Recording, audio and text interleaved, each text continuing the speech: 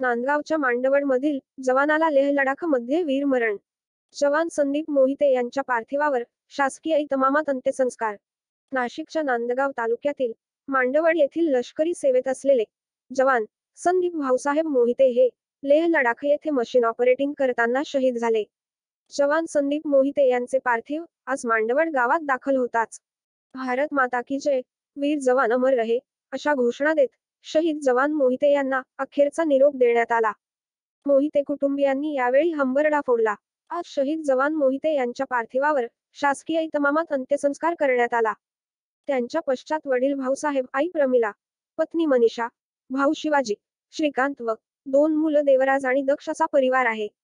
यावेळी आमदार कांदे व शासकीय अधिकारी यांनी पुष्पचक्र अर्पण करून श्रद्धांजली वाहिली.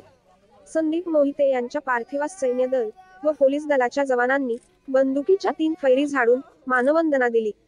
जवान मोहिते यांना अखेरचा निरोप देण्यासाठी तालुक्यातील जनसागर लोटला होता. Sitaram Pingale, Awaaz N news Marathi, Mandwad, Nandgaon. Major